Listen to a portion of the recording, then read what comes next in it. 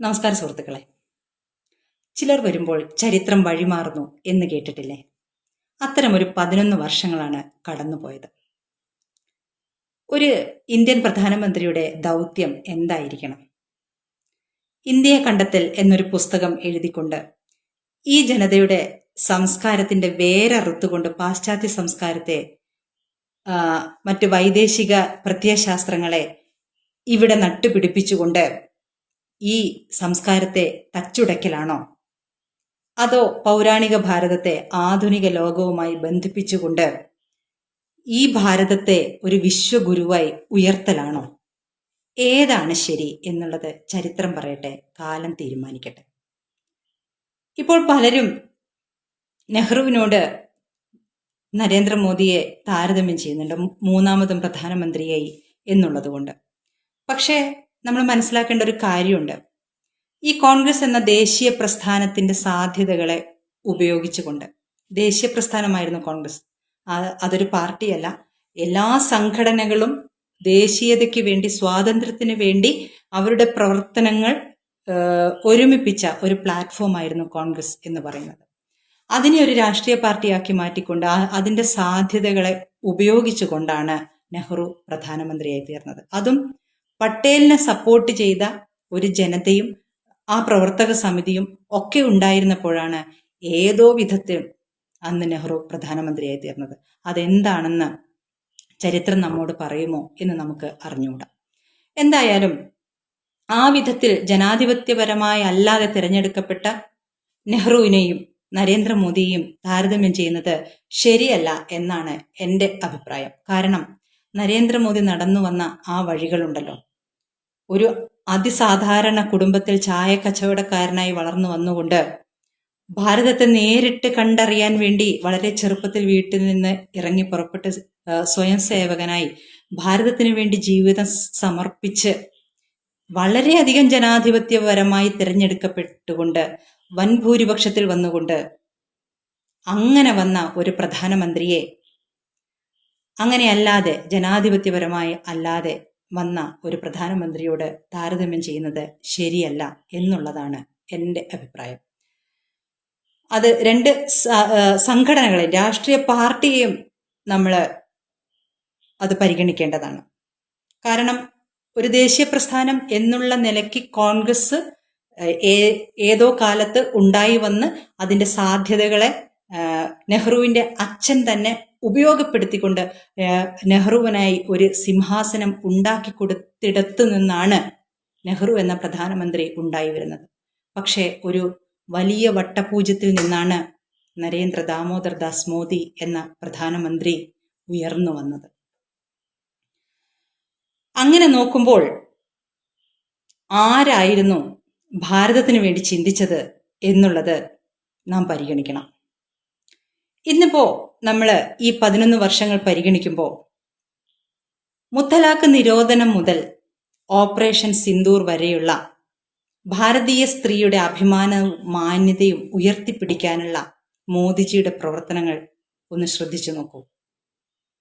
അത് സൈന്യത്തിന്റെ ഭാഗത്ത് നിന്ന് സ്ത്രീകൾ തന്നെ ആ കാര്യങ്ങൾ പറയട്ടെ എന്നുള്ളതുകൊണ്ട് സോഫിയ ഖുറേഷിയും വ്യോമിക സിംഗിനെയും ഒക്കെ നിയോഗിച്ചുകൊണ്ട് ഭാരതത്തിന്റെ സ്ത്രീത്വത്തിനെ ഉയർത്തിപ്പിടിക്കുന്ന ആ ഒരു പ്രവർത്തനം ശ്രദ്ധിക്കൂ.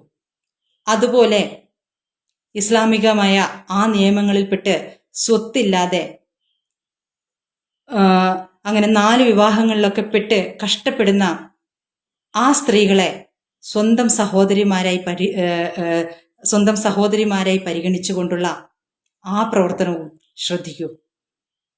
അതുപോലെ ജൻധൻ യോജന, സാധാരണ സ്ത്രീകൾക്ക് സമ്പാദ്യമുണ്ടാവാൻ വേണ്ടിയുള്ള സുകന്യ സമൃദ്ധി, ബേട്ടി ബച്ചാവോ ബേട്ടി പഠാവോ, ചെങ്കോട്ടയിൽ പതാക ഉയർത്തിക്കൊണ്ട് ഒരു പ്രധാനമന്ത്രി പ്രസംഗിച്ചത് സാധാരണ സ്ത്രീയുടെ ശുചിത്വത്തെക്കുറിച്ചും അവൾക്ക് 1 രൂപയ്ക്ക് കിട്ടേണ്ട സാനിറ്ററി നാപ്കിനെ കുറിച്ചുമാണ്.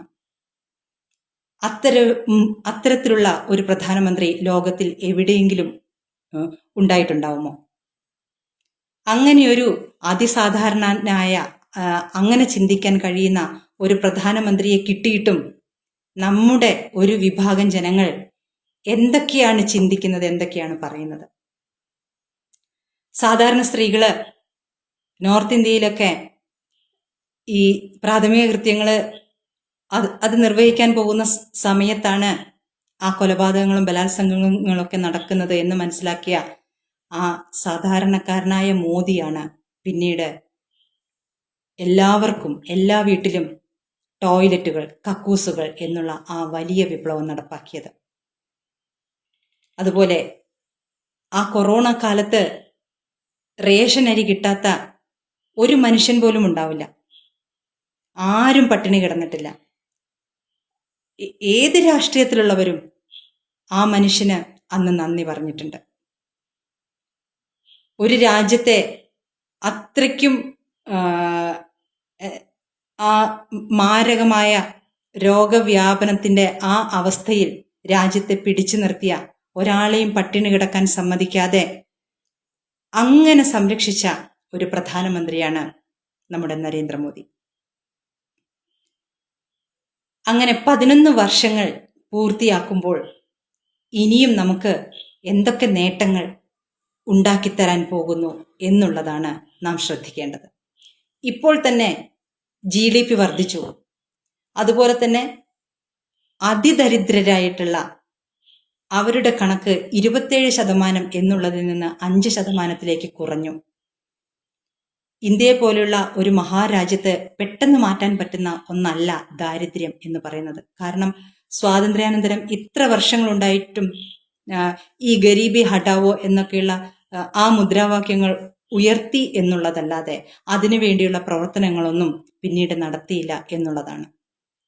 അത് ദേശീയതയുടെ ഭാഗത്ത് നിന്ന് ചിന്തിക്കുന്ന ശ്രീ നരസിംഹറാവുവിനെ പോലുള്ള പ്രധാനമന്ത്രി വന്നപ്പോൾ അതിന് മാറ്റമുണ്ടായി എന്നുള്ളത് ശരി തന്നെയാണ്. പക്ഷെ അതിനുള്ള ശിക്ഷയും ശ്രീ നരസിംഹറാവുവിന്റെ മരണത്തിൽ പോലും സോണിയാഗാന്ധി എന്ന ഇറ്റാലിയൻ വനിത നൽകി എന്നുള്ളതാണ് വാസ്തവം. അങ്ങനെയുള്ള ഒരു കോൺഗ്രസ് ഇന്നും നരേന്ദ്രമോദിയെ ശത്രുവായി കാണുന്നു. ഓപ്പറേഷൻ സിന്ദൂറിന്റെ ഈ വിജയത്തിന് ശേഷവും നരേന്ദ്രമോദി ട്രംപിന് മുമ്പിൽ കീഴടങ്ങി എന്ന് പറഞ്ഞുകൊണ്ട് പ്രതികാരത്തിന്റെ ചിരിച്ചിരിക്കുന്ന പ്രതിപക്ഷ നേതാവാണ് നമുക്കുള്ളത്. ഇതാണ് നമ്മുടെ പരാജയം. വിദേശ രാജ്യങ്ങളിൽ പോയി നമ്മുടെ രാജ്യത്തെ അപഹസിക്കുന്ന ഒരു പ്രതിപക്ഷ നേതാവാണ് നമ്മുടെ പരാജയം.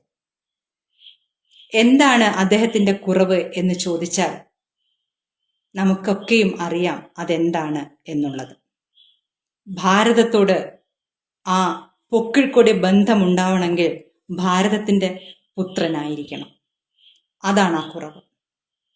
നമുക്ക് കിട്ടിയിരിക്കുന്നത് ഭാരതത്തിനെ അമ്മയായി കാണുന്ന ഒരു സുപുത്രനെയാണ് പ്രധാനമന്ത്രിയായി കിട്ടിയിരിക്കുന്നത്. നമുക്കതിൽ സന്തോഷിക്കാം, ആമോദിക്കാം. ആമോദത്തിന്റെ ഈ 11 വർഷങ്ങൾ മോദി ഭാരതം നമുക്ക് ആഘോഷത്തോടെ അതിൻ്റെ വികസന പദ്ധതികളെക്കുറിച്ച് ചിന്തിക്കാം, ചർച്ച ചെയ്യാം. രാഷ്ട്രായ സ്വഹ ഇദം നമം.